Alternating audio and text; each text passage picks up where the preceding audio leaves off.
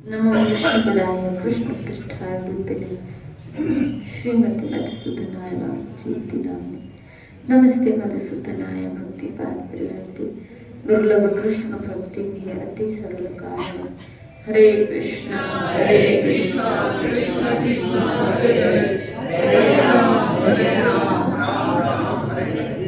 भगवत प्रेम प्राप्त करने के जो सूत्र बताए गए हैं, जहाँ पहला सूत्र हमने पढ़ा कि अपने जीवन का उद्देश्य ही जब ये कोई जीव बना लेता है क्या कि मुझे इसी जन्म में प्रभु प्रेम की प्राप्ति करनी है। उस उद्देश्य की पूर्ति के लिए फिर उन वो साधनों को अपनाएगा, लेकिन जब लक्ष्य निर्धारित होगा तभी। और फिर खाली लक्ष्य निर्धारित करने में भी पूर्णता नहीं है जब तक उस लक्ष्य के प्रति आपकी तीव्र इच्छा नहीं। इसलिए उस तीव्र इच्छा को पूर्ण करने के लिए निरंतर उसका अभ्यास करना है। श्री राधे बोलो। और ये सब बातें तभी लागू होती है जब आपके जीवन में किसी संत का संग होता है। किसी संत के संग से हमारे अंदर एक तीव्र इच्छा है। आप देखो नारद, अच्छा ध्रुव महाराज के चरित्र में आती है। ध्रुव महाराज को इसकी माता का संग मिल गया। इंस्पिरेशन वहां से मिलती है, इंस्पायर वहां से। क्या कि तुझे जो चीज चाहिए ना वो भगवान दे सकते हैं। कहाँ मिलेंगे माँ? बोला वन में। कैसे मिलेंगे? बोला तपस्या से। साधन भी बता दिया, मार्ग भी बता दिया। और वो बच्चा चल पड़ा तो रास्ते में कौन मिल गए? नारद मिले, श्री राधे मिले। और तीव्र इच्छा ने नारद मुनि को मजबूर कर दिया उस बच्चे को मंत्र देने में। और उस मंत्र को उन्होंने जितनी तीव्र गति से, अब कल ही बता रही थी कि वो साधन तपस्या के जो मार्ग था या तपस्या की जो विधि थी वो नारद ने थोड़ी बताई थी। वो तो उसकी तीव्र इच्छा के कारण अंदर से जो उसको प्रेरणा हो रही थी, मार्ग निकलता जा रहा था, क्योंकि उसके अंदर वो तीव्र इच्छा थी। आपके अंदर जब तीव्र इच्छा जागृत होती है, हमारे अंदर जब तीव्र इच्छा, फिर मार्ग अपने आप खुलते जाते हैं। अंदर से ईश्वर आपको खुद में ही एक प्रेरणा चेत गुरु के रूप में प्रदान करते जाते हैं। लेकिन अब देखो स्टार्टिंग कहां से हुई है? संग, फिर मंत्र। ये दोनों चीजें हमको मिली, संग और मंत्र। और उस मंत्र को लगातार रटते रहे। कैसी चेतना के साथ? क्या कि बार बार अंदर प्रेरणा हो रही है कि ऐसे करो। अब 3 दिन में नहीं खाना है, 15 दिन में नहीं खाना है। मंत्र के ऊपर फोकस करो। और वो बच्चा ध्रुव मंत्र के ऊपर फोकस करता जा रहा है। बस हमें और आपको भी क्या करना है? उस तीव्र इच्छा को जागरूक करने के लिए अपने आप को मंत्र पे फोकस करना पड़ेगा। श्री राधे बोलो। अब आप करेंगे कि हमारा मन, हमारा चित्त, हमारी बुद्धि जो इधर उधर भाग रही, इसके लिए दूसरा सूत्र दिया उन्होंने। श्री राधे बोले। जहां तक बने, उन्होंने कहा तुम्हारी कोशिश। इसलिए ये नहीं कहा ये करो, जहां तक बने मतलब तुम जितना कोशिश कर सकते हो, तुम अपनी पूरा 100% दो ये बात फॉलो करनी। जहां तक बने सहज ही स्वरूप तक भोग त्याग तथा भोग आसक्ति का त्याग करना, जहां तक हो सके। श्री राधे बोलो। जगत के किसी भी प्राणी, पदार्थ, परिस्थिति में राग न रखा। श्री राधे बोलो। वस्तु, व्यक्ति, परिस्थिति, और परिस्थिति, तीनों जगहों में राग का न रखना। श्री राधे बोलो। इसलिए कल ही चर्चा करी थी ना, क्या राग नहीं अनुराग होना चाहिए। राग नहीं अनुराग होना चाहिए। अब हम जो फंसे पड़े, हम क्या करें? बात तो यहाँ आ रही है। हम जो राग में फंसे पड़े, हम जब हो, यहाँ तो कहा नहीं करना, लेकिन जो है वो कहाँ जाए? जो फंसे पड़े हम जैसे लोग वो कहाँ जाए? क्या करें हम? श्री राधे बोली कैसे इस भोग रसक, इसके लिए प्रार्थना करो। रोज भगवान से ये प्रार्थना करो कि प्रभु मैं फंसा तो पड़ा हूँ, मैं फंसी तो पड़ी हूँ और मुझे निकलने का मेरी तरफ से कोई रास्ता नजर, क्योंकि मैं राग में फंसी पड़ी तो मेरी तरफ से मुझे कोई रास्ता नजर नहीं आ रहा। हम तो उल्टा वो रास्ते भी त्याग देते हैं जहाँ राग आगे आ जाता है, तो हम उनको प्राप्त करने के लिए अगर भजन छोड़ना पड़े, जैसे कभी कभी फॉर एग्जाम्पल देते हैं कि घर में हमारे प्यारे अगर आ जाए, मान लीजिए कोई शादी मुरादी का माहौल है और आपके प्यारे जिनसे आप बहुत बहुत प्यार करते हैं, बहुत आपका एक हार्डली रिलेशन है, संबंध है, तो आप अगर वो सामने आ जाएंगे तो हमारा सत्संग और भजन भी छूट जाता है। हम क्या सोचते हैं? हम क्या सोचते हैं कि चलो भजन तो कल भी हो जाएगा, ये थोड़ी होंगे, ये तो बेचारे कल चले जाएंगे शिरा, तो चलो इनको थोड़ा हम क्या दे देते, टाइम देते। और याद रखना सबसे बड़ा कीमती टाइम और वो हमारा टाइम खा जाते हैं, हमारा टाइम खा जाते हैं और हम खुश हो जाते हैं, हम प्रसन्न हो जाते हैं। श्री राधे बोले इसीलिए जहां तक बने, जहां तक तुम कर सकते हो, पहली चीज करो भोग का त्याग। कौन से भोग? कौन से भोग? सबके लिए अलग अलग, वानप्रस्थी के लिए अलग है, सन्यासी के लिए अलग है, गृहस्थी के लिए अलग है और ब्रह्मचारी के लिए अलग है। उनके लिए सबके लिए लक्ष्मण रेखाएं अलग अलग है। आप जिस आश्रम में रह रहे हैं उस आश्रम के अनुसार शास्त्र के अकॉर्डिंग भोगों का भोग कीजिए, उपभोग कीजिए। और अगर भक्ति मार्ग स्वीकार किए हुए हैं तो वो बात सबके साथ साझा लागू है कि उन भोगों को अपनाएं जो भोग ईश्वर को अर्पण किए जा सके, जो प्रभु को अर्पण किए जा सके, उसी प्रसाद को हमको सेवन करना है। श्री राधे बोली उसी का ही हमको सेवन करना है, बाकी को त्यागते हुए चलिए, सहज त्याग हो जाएगा, सहज। अगर श्रील प्रभुपाद जी ने एक जगह लिखा है कि अगर तुम ये फंडा अपने जीवन में अपना लेते हो कि जो भगवान को भोग लगे वही पाना है, तुम्हारी भक्ति सहजता में बढ़ती जाएगी,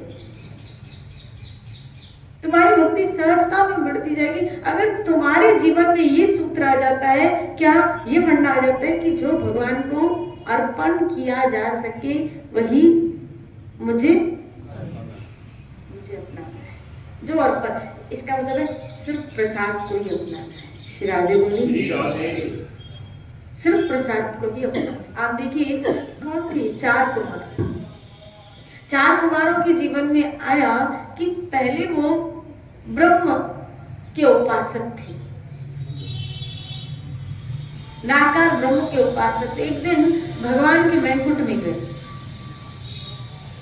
और वहां भगवान को दंडवत कर रहे थे, ढोक दे रहे थे चरणों में, तो भगवान के चरणों में जो तुलसी मंजरी थी, तुलसी चढ़ी हुई थी, उसकी सुगंध उनके नाक में चली गई, इनके नाक में चली गई और भगवत आसक्ति उनके अंदर जागृत हो और वो भगवान के भक्त हो गए। तुलसी की सुगंध से जो भगवान के चरणों में चढ़ी थी, सेवन नहीं किया, सिर्फ सुगंध से, यानी भगवान को अर्पण की भी कोई भी वस्तु का फिर इन समस्त इंद्रियों के द्वारा ग्रहण किया जाए, ग्रहण किया जाए तो शुद्धिकरण हो जाता है जीव का। यही बात सुखदेव गोस्वामी महाराज जी के जीवन चरित्र में आई कि सुखदेव गोस्वामी महाराज भी किसके उपासक थे? आपको पता? निर्गुण ब्रह्म के। सुखदेव गोस्वामी निर्गुण ब्रह्म के उपासक थे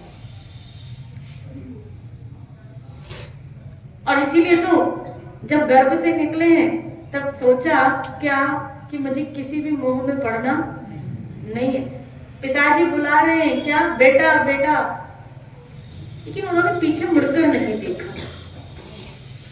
बहुत सुंदर वर्णन मैंने एक जगह पढ़ा था कि बहुत रमणीक स्थान था, बहुत सुंदर स्थान था जहां व्यास जी रहते थे। चारों तरफ गार्डन, फुलवारी। अगर कोई ब्रह्म उपासक उपासना में भी उस माहौल को चुने तो बहुत ग्रेट था। पास में नदी बह रही है, मंदाकिनी, सरस्वती, नीचे मंदाकिनी, ऊपर सरस्वती, रमणीक स्थान। जो व्यास जी का, हम गए ना व्यास गुफा, बहुत रमणीक स्थान, चारों तरफ पहाड़, बर्फीला स्थान। तो सुखदेव जी के लिए एक्चुअली वो बहुत ग्रेट था स्थान, लेकिन उन्होंने, मैंने आज के हिसाब से अगर देखा जाए इंटीग्रेट किया हुआ, अगर श्री राधे बोलिए, तो सुखदेव जी को बहुत इर्द गिर्द का जो माहौल था बहुत ग्रेट था, बहुत सुंदर था, यूं कह सकते हो। लेकिन जब गर्भ से निकले हैं ना, उन्होंने सब कुछ छोड़ दिया। यहाँ पता है ना, स्थान, वस्तु, व्यक्ति। स्थान, वस्तु और व्यक्ति, इन तीनों में हमारा राग जुड़ता है। इन तीनों में कभी व्यक्ति में राग होता है, किसी किसी का, किसी का पति में है, किसी का पत्नी में है, किसी का बच्चों में है, किसी का फ्रेंड में है, अपने दोस्त में है, मित्र में है। और बहुत मुश्किल, अगर मैं बताऊं, बहुत मुश्किल है अपने बच्चों में से राग को निकालना। बाकी तो फिर भी व्यक्ति त्याग सकता है। श्री राधे बोलिए। श्री राधे। बहुत मुश्किल है राग का निकालना, बहुत मुश्किल। दीदी कल आपने बताया था कि जो है ईर्षा राग जो है वो ईर्षा से द्वेष से, तो मेरी जो मान्यता है, जहाँ मेरा व्यक्तिगत है, वो ये कहता है कि राग ही ईर्षा को उत्पन्न करता है। राग ही ईर्षा को उत्पन्न करता है। हमारा किसी में राग हो गया और उसने हमारी इच्छा की पूर्ति नहीं की, तो आगे जाके हमको उस आदमी से ईर्षा होगी। हाँ, बात सही है, मैं बात सत्य। श्री राधे बोलिए।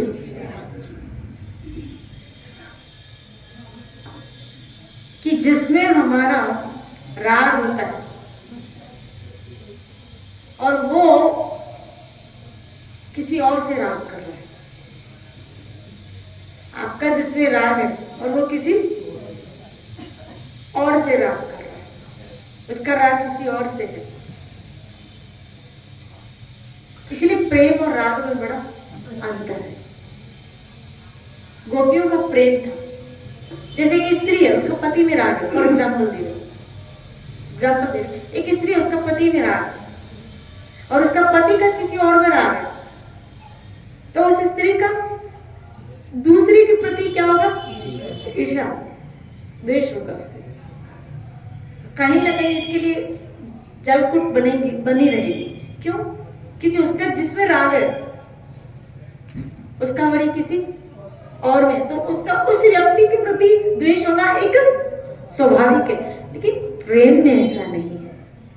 अब देखो, एक कृष्ण है, कितनी गोपियां हैं।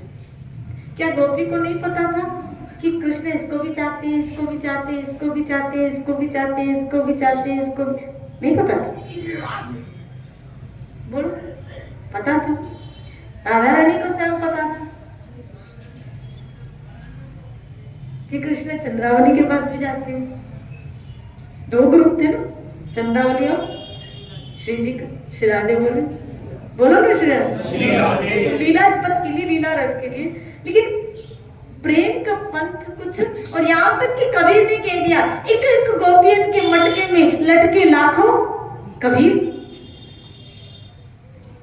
ऐसे कबीर ने गोपियों को कितना महान स्थापित कर दिया। खाली कबीर नहीं, स्वयं महाप्रभु चैतन्य ने, कि मैं गोपियों के दासों का दासों का दासों का दासों का दास। तो वो क्यों श्रेष्ठ है?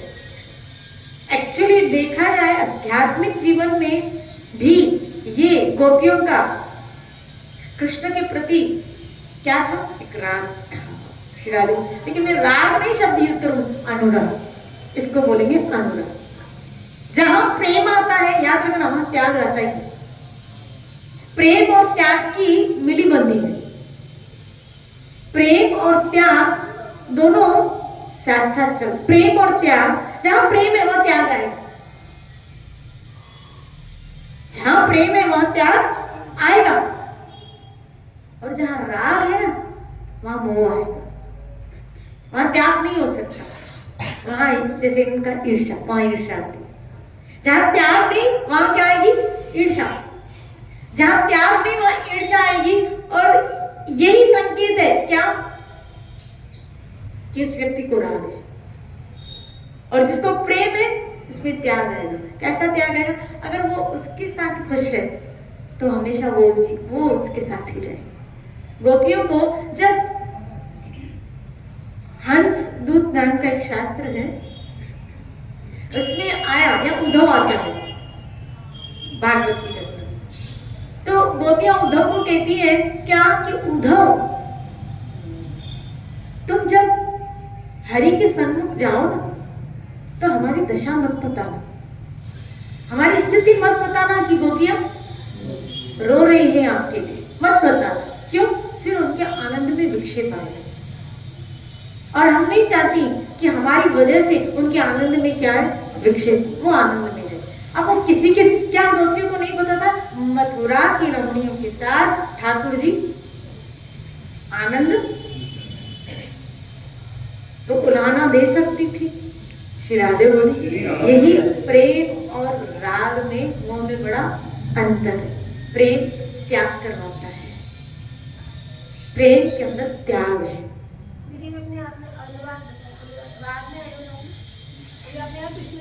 अनुराग ही प्रेम का, यानी प्रेम से पहले क्या आता है? अनुराग। प्रेम से पहले क्या आता है? अनुराग।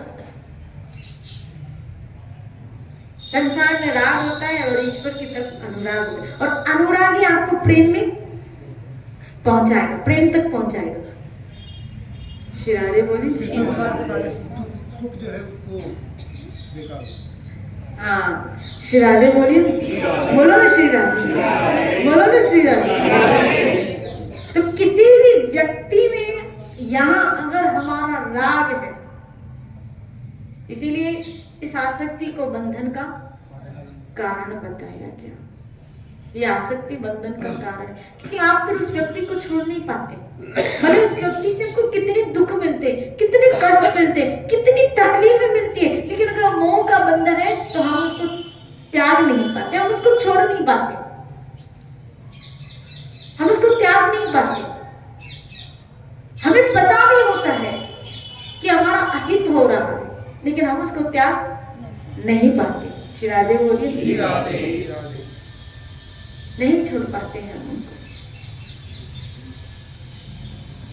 कभी कभी कई लोगों का, ये मैंने एक बार वो देखा था फेसबुक पे आया था, टाइटैनिक का, जब वो डूबा, कभी आपने वो वीडियो देखना वो वीडियो, बहुत इंस्पिरेशन मिली।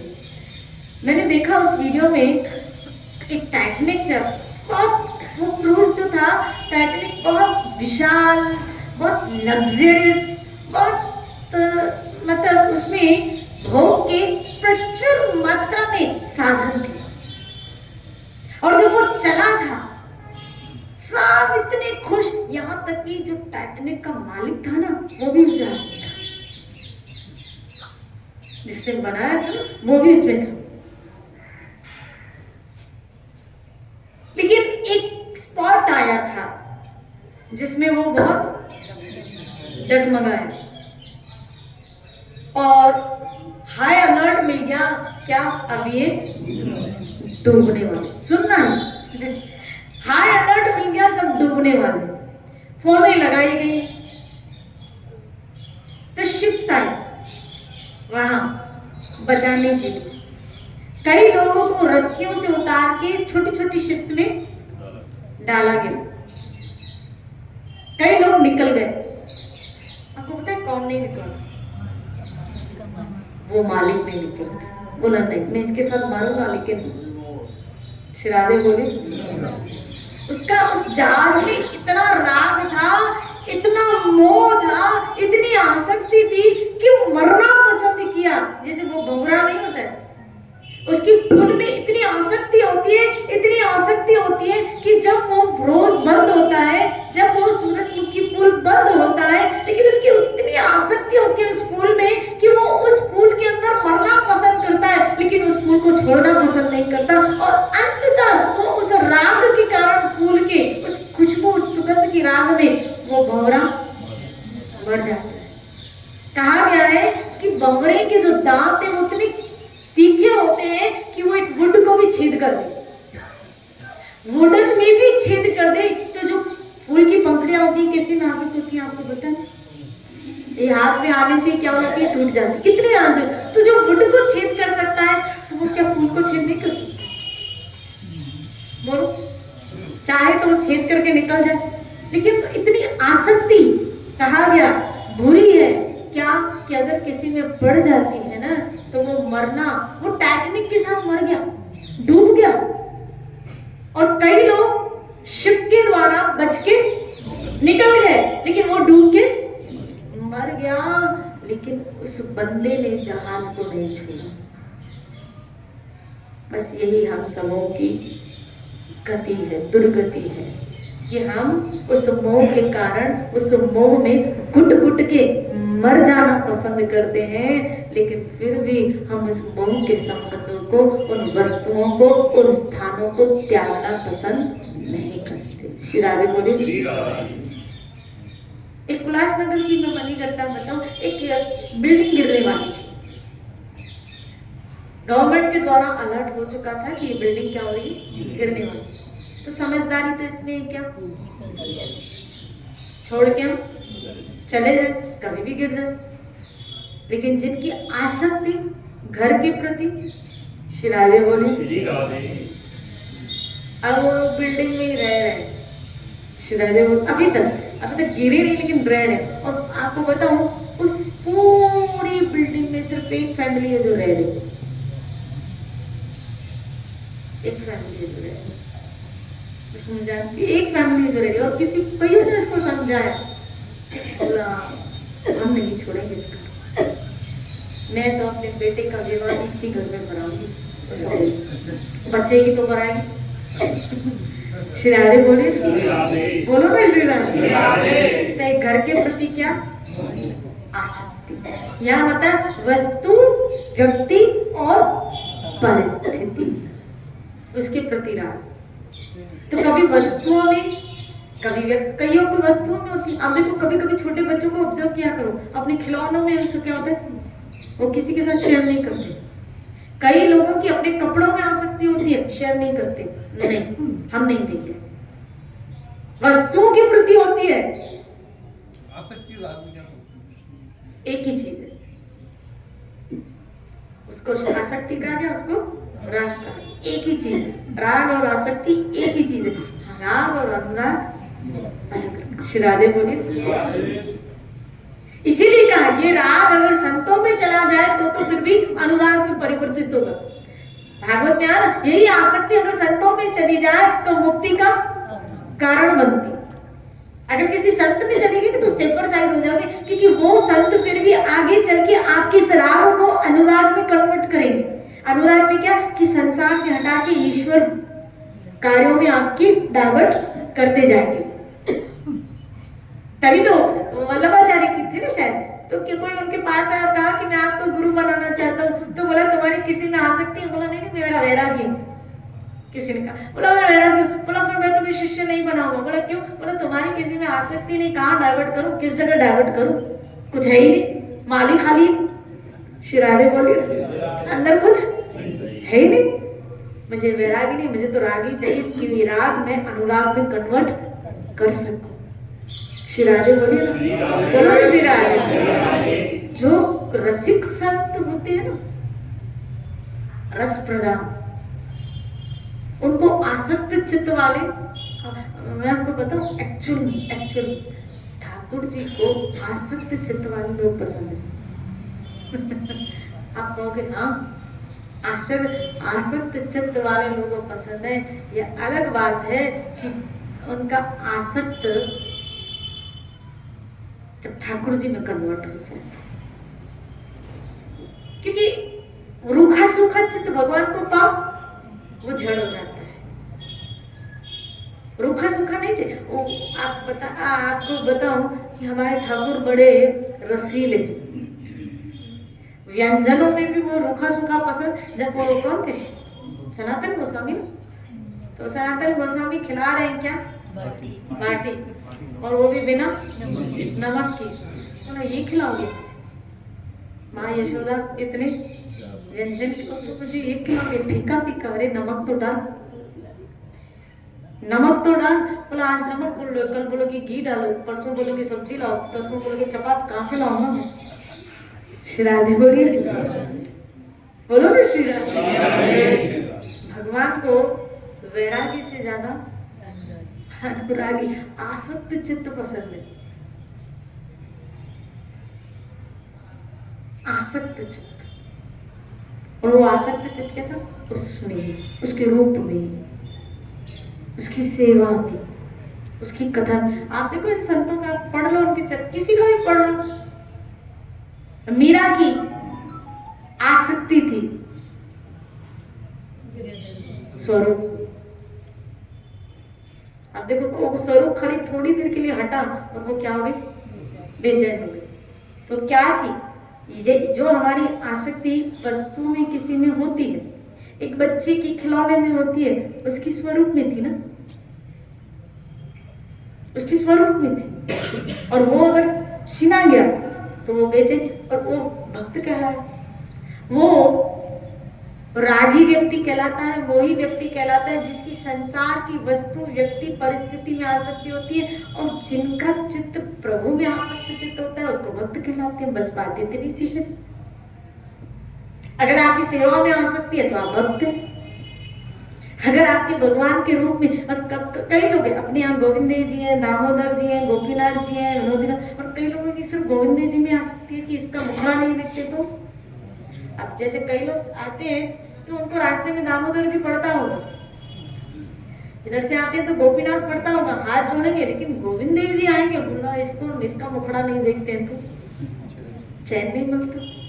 श्री राधे बोली, इसको नहीं देखते तो चैन नहीं मिलता। ऐसा लगता है कि अब जैसे एक बच्ची मेरे पास आती है, बोलती है कि मैं जब तक ठाकुर जी को शहर में इतना देख लूं मुझे चैन नहीं आता।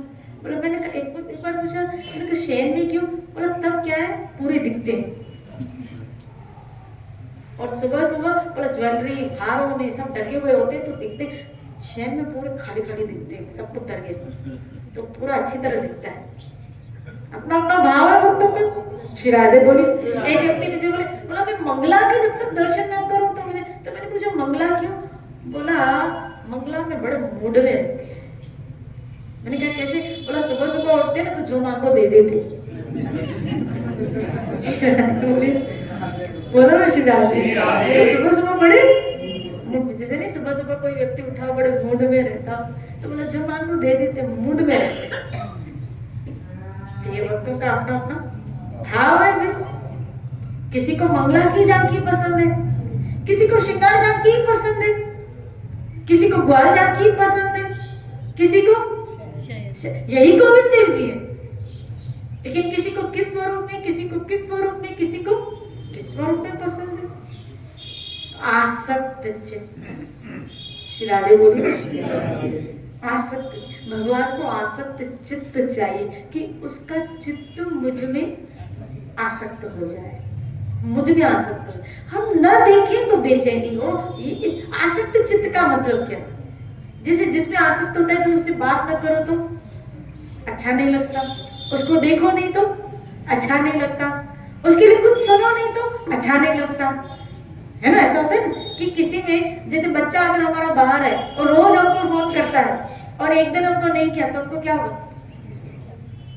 हमको चिंता और हमको अच्छा, फिर हम बार बार ट्राई करते हैं, उसको बोलते आज उससे बात ही नहीं हुई। श्री राधे बोलिए। जिसमें आसक्त चित्त होता है ना तो उससे बात न करो, उसको देखो नहीं तो अच्छा, बस जैसे यहाँ जिसमें आसक्ति होती है उससे न मिलो, उससे बात न करो, उसके लिए कुछ न सुनो तो आपको अच्छा नहीं लगता। इसी तरह जिनकी ठाकुर जी में आसक्ति लग जाती है ना, तो जब तक उसको न देखो, उसके लिए न सुनो, उसके लिए न बोलो तो मजा ही नहीं आता, अच्छा ही न लगे। श्री राधे बोलिए ना, बोलो ना श्री राधे। आज उसके लिए कुछ सुना ही नहीं, आज उसके लिए कुछ बोला ही नहीं, आज उसको हमने देखा ही नहीं। ऐसे नहीं देखा ही नहीं तो ठीक है, देखा ही नहीं, देखा ही नहीं, देखा ही नहीं। किसी की रूप में आ सकती है, अब बिला मंगल थी, उसकी किस में आ सकती थी? रूप में आ सकती थी। सुखदेव गोस्वामी उसकी ध्यान में आ सकती, परीक्षित महाराज उसकी सुनने में आ सकती, यहाँ तक कि अम्बरीश जी के लिए कहा गया वो आत्मनिवेदन भक्ति के सब क्रियाओं में थी, सब क्रियाओं, सब क्रियाओं, और वो हर चीज अपने हाथों से ठाकुर जी के लिए करते थे। तो ये आसक्ति अगर आपकी ठाकुर जी में आ गई, और यहाँ प्रैक्टिकल भक्त और संतों में, जब आपकी सत्संग में भक्त और संतों में समझ लेना अब बेड़ा पार होने वाला है, मजा। ये भक्ति में व्यक्ति बहुत आगे जाएगा अगर इसकी आसक्ति इस चीज में लग गई, संत में लग गई। ये कपिल भगवान कह रहे अगर आसक्ति संतों में चली गई तो मुक्ति का कारण बनती है। श्री राधे बोले, अगर वहां चली गई, अगर वहां चली गई, इसीलिए ये दूसरा राग न करना पर अनुराग करना है। जगत के जहां तक बन सके, जहां तक बन सके कोशिश करना, भोग आसक्ति का यहाँ क्या त्याग करें। श्री राधे बोलिए। अब इसको कैसे करें उसके लिए कल चर्चा करेंगे कि इसके लिए हमें क्या क्या अपनाना चाहिए, क्या क्या करना चाहिए, कल इस पे चर्चा करेंगे। श्री राधा गोविंद